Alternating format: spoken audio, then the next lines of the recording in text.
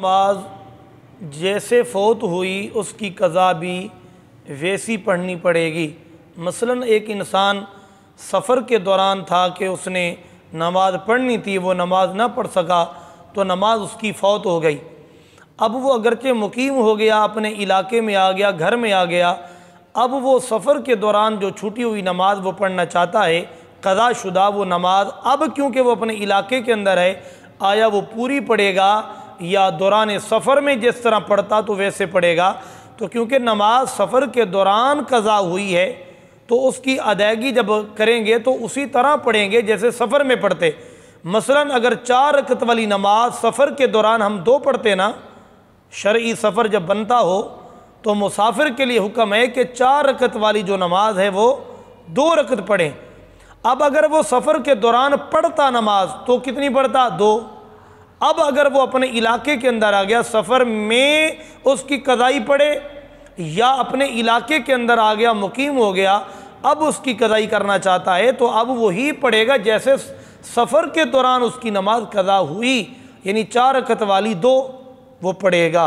हाँ, ये हो सकता है कि अगर सफ़र के दौरान अगर वो उसकी सेहत सलामत थी, वो खड़े होकर नमाज़ पढ़ सकता था, अब क्योंकि वो अपने इलाके के अंदर आया, अब जब उसकी क़ज़ाई पढ़ना चाह रहा है तो अब इसके अंदर कोई उज़र आ गया, अब ये इशारे से नमाज़ पढ़ सकता है, खड़ा नहीं हो सकता, तो ये उज़र इसका काबिल कबूल है कि बैठ कर नमाज़ पढ़ ले, लेकिन पढ़ेगा कितनी? 2।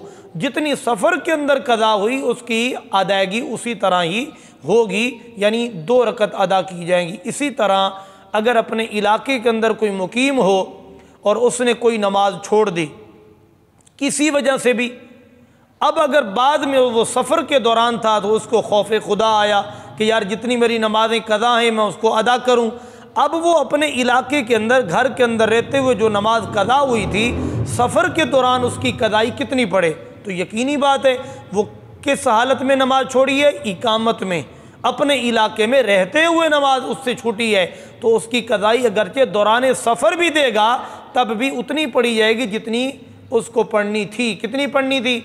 अपने इलाके में रहते हुए 4 रकत 4 पढ़ी जाती है, 3 मगरिब की 3 पढ़ी जाती है और 2 फजर की 2 ही पढ़ी जाती हैं। तो गोया कि पूरी नमाज उसको अदा करनी होगी।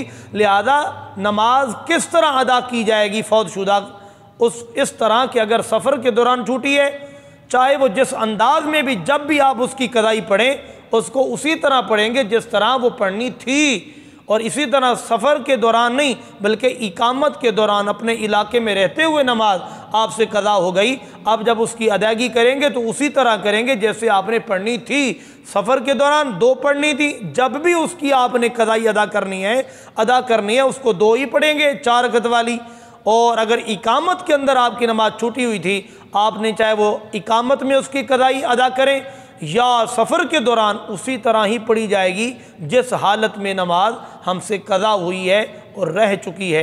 लिहाजा ये तो कैफियत है नमाज की तादाद के एतबार से, बाकी जहाँ तक हालत है उसके अंदर गुंजाइश हो सकती है। अगर हम उस वक़्त पढ़ते जब सफ़र में थे या इकामत में थे, अगर अदा करते तो और हालत थी, अब हालत आज़ार की वजह से कोई और है तो ये काबिल कबूल है और ऐसी हालत में नमाज पढ़ी हुई दोबारा उसका इआदा करने की ज़रूरत भी नहीं है।